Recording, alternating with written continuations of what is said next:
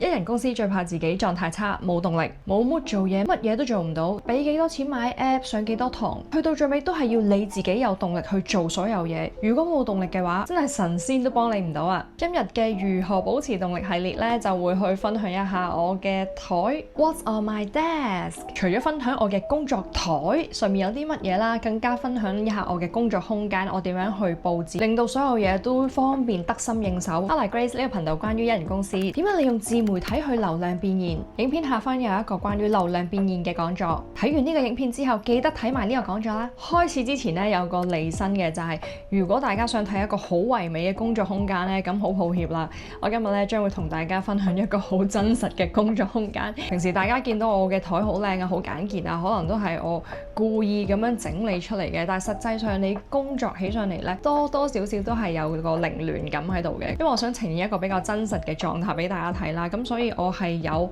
輕輕將我張台咧執整齊啲嘅，但係整體嘅 set up 咧 exactly 就係我平日咁樣嘅工作狀態啦。咁事不宜遲，大家一齊嚟睇下我嘅工作空間啦。我嘅工作空間 overall 就係咁樣嘅啦，好似平平無奇，但係魔鬼在細節。咁我首先由下而上咁樣去講啦。第一樣講嘅呢，就係關於我嘅凳啦。由於我成日都坐到腰酸背痛呢，咁所以喺我創業 day one 嘅時候呢，就已經去揀咗一張比較貴少少嘅辦公室凳啦。咁呢一張凳呢，個牌子叫做 Herman Miller， 佢嘅設計呢係符合一個人體工學嘅設計。咁我坐呢張凳嘅時候呢，就會比較冇咁容易腰骨痛嘅。好，呢張凳呢係可以較高較低啦。咁第二樣嘢呢，我嘅工作空間呢，就係呢一個台啦。呢一張台呢，我相信大家都唔陌生㗎啦，佢係一張升降台嚟嘅。升降台顧名思義就係有得升有得降啦。咁我就唔多講啦。咁因為呢，我有時都會企喺度做嘢嘅。值得一提呢，就係見到牆側邊呢，會有一個咁樣黑色好大部嘅，呢一個呢，就係我嘅行路機啦。做係覺得腰骨痛呢，我就會將個行路機呢放喺個台下面。咁一路行咧就可以一路工作啦。呢一張台原本係冇櫃桶嘅，咁我就去買咗啲膠櫃桶，自己黐咗喺呢一度。呢一度會有啲文具啦，咁同埋咧會有化妝品嘅。咁你見到我咧化妝品嘅部分咧，我係將佢放喺我嘅右手邊，我就可以對住個日光嚟化妝啦。咁而你見到咧下面呢度都係啲化妝品啦，呢一度咧係一啲 gadgets 嘅嘢，因為拍攝咧經常都會需要化妝啊，同埋會用到一啲 gadgets 嘅，咁所以咧我嘅化妝嘅東西啦，又或者拍攝需要用嘅配件咧，大部分都會放喺我嘅台嘅右手邊，咁就方便我隨手就可以拎出嚟用啦。好啦，再翻去我嘅台面嗰度啦，咁我咧就由右至左開始講起啦。咁除咗右手邊就係化妝區域啦，咁呢一度咧亦都有我經常用嘅文件座。文件座隔離咧有一個好重要嘅就係蠟燭燈啦。呢個蠟燭燈咧係有兩個作用嘅，第一個作用咧就係佢令到我拍攝嘅時候個畫面更加有質感啦，有一個溫暖嘅感覺喺後面。咁第二個作用咧就係佢散發出呢個幽幽嘅蠟燭香味。如果有留意開我 IG story 咧，好多朋友都知道呢個係我長期用嘅牌子。咁佢同其他牌子有啲咩唔同之處呢？就係好多牌子都會話自己嘅蠟燭呢係天然嘅蠟燭。所謂天然呢，通常都係指佢哋用緊嘅蠟係可能蜂蠟啦，或者大豆蠟。啲蠟係天然嘅，但係呢個精油呢就未必係天然嘅啦。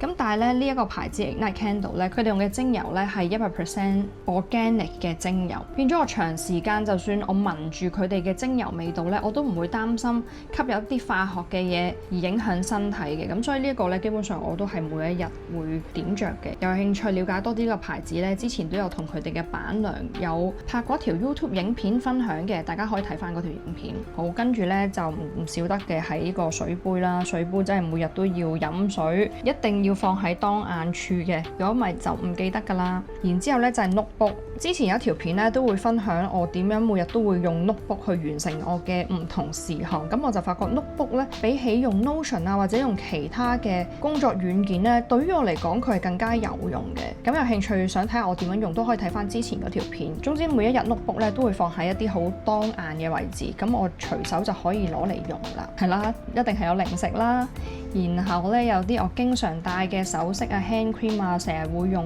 嘅女人嘅雜物啦。然後咧就係呢一個 mouse， 呢個 Logitech 嘅 mouse 咧 Anywhere ES， 我用咗好多年㗎啦。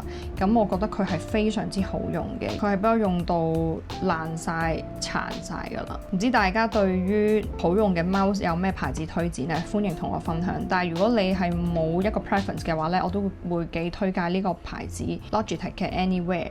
呢個系列嘅 keyboard 咧，因為我好憎啲污糟嘢攝入去嘅，咁所以咧我一定會有一張膠咧，我嚟保護住我個 keyboard。然後咧就係一堆嘅雜物啦，咁你會睇到咧，其實係好現實嘅，因為我張台咧真係用緊啊嘛，每日都有好多未處理嘅雜物啦。咁咧包括係有呢啲好療愈嘅可以把弄嘅小玩意啦，放喺度。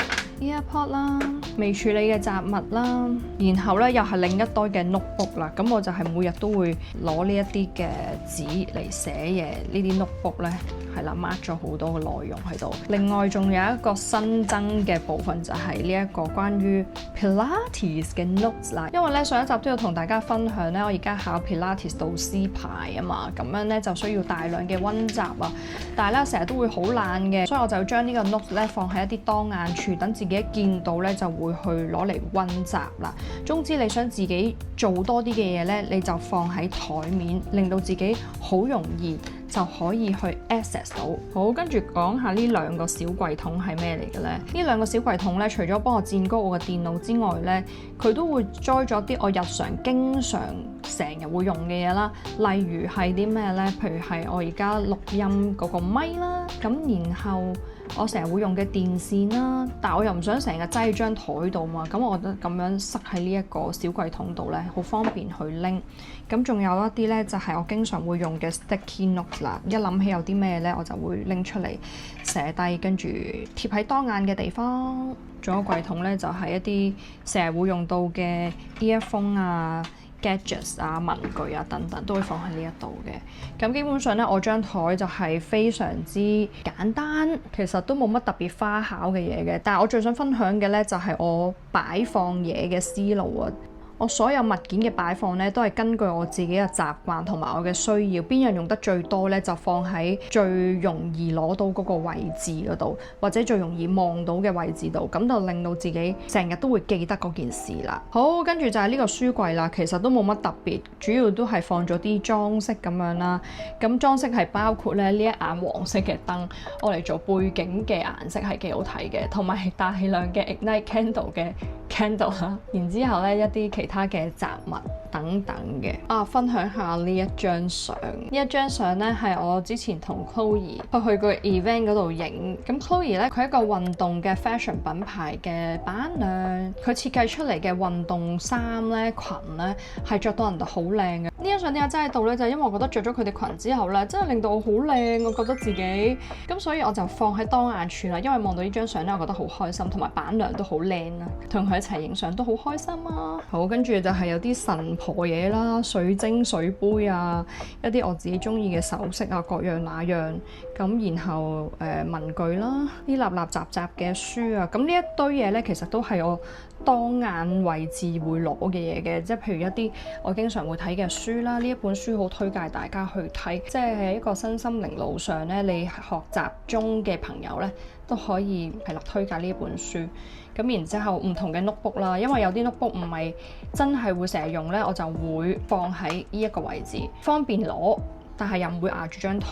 好啊，想分享多少少就係咧，大家如果有睇到我間房咧，都尚算簡潔嘅。咁但係我有咁多呢啲一支二支大支嘅燈啊、腳架啊，究竟收喺邊嘅咧？大家都可以參考，因為我覺得呢個方法都幾有用。咁就係咧，當我哋裝修嘅時候咧，我故意咧喺個衣櫃入邊咧留咗呢一格咧係特長嘅，除咗我嚟咧放啲特別長嘅褸啊裙啊，更加係可以俾我嚟放腳架啦。因為呢啲腳架咧全部都好高好大支啊嘛，咁一般嘅短櫃桶其實係比較難擠到入去。一個咁長嘅櫃啦，我就覺得係非常之實用。我每次就喺入邊拎出嚟拍嘢。另一個小工具會令到我嘅工作環境比較整齊嘅咧，就係呢一個小鈎鈎啦。佢喺實惠啊、日本城啊都有得賣。呢一款鈎咧，我覺得佢愛嚟整理電線咧係非常之好用嘅，因為佢呢個圈咧又夠大啦，同埋佢都好 flexible 嘅。喺我啲櫃桶啊、我間房好多地方咧，其實都貼咗呢個鈎鈎。因為譬如我書台咧有啲窿窿罅罅咧，就係會有呢啲電線啊嘛。咁如果冇呢啲電線收納器咧，佢好容易就會跣咗落去台下面嗰度啦。但係如果我加咗呢一個嘅電線收納器咧，我要拎翻出嚟嘅時候好方便啦。我要捆住嘅時候咧，我要捆住嘅時候咧，亦都係好方便。同埋佢一個圈圈咧，可以勾到幾條電線，就唔使整好多個圈圈先至收納到啦。好啦，今日就係我嘅分享啦。咁我最主要嘅工作思路呢，就係第一，盡量簡潔啦，盡量唔需要嘅嘢就盡量唔好擠喺張台度嘅。雖然我台面咧都真係會出現一啲好無聊嘅配件，例如係呢一啲啦。咁但係呢嚿嘢呢，我真係會攞嚟用嘅，咁所以我就擠喺台面啦。咁第二樣嘢就係呢，經常用嘅嘢呢，就越要放喺順手嘅地方，又或者越想自己做多啲嘅嘢呢，就放喺啲當眼處，譬如冇人想溫書嘅，咁但係如果我想自己溫多啲書嘅話咧，就盡量將溫書嗰啲東西咧就放喺我嘅當眼處，令到自己好容易就可以接觸到啦。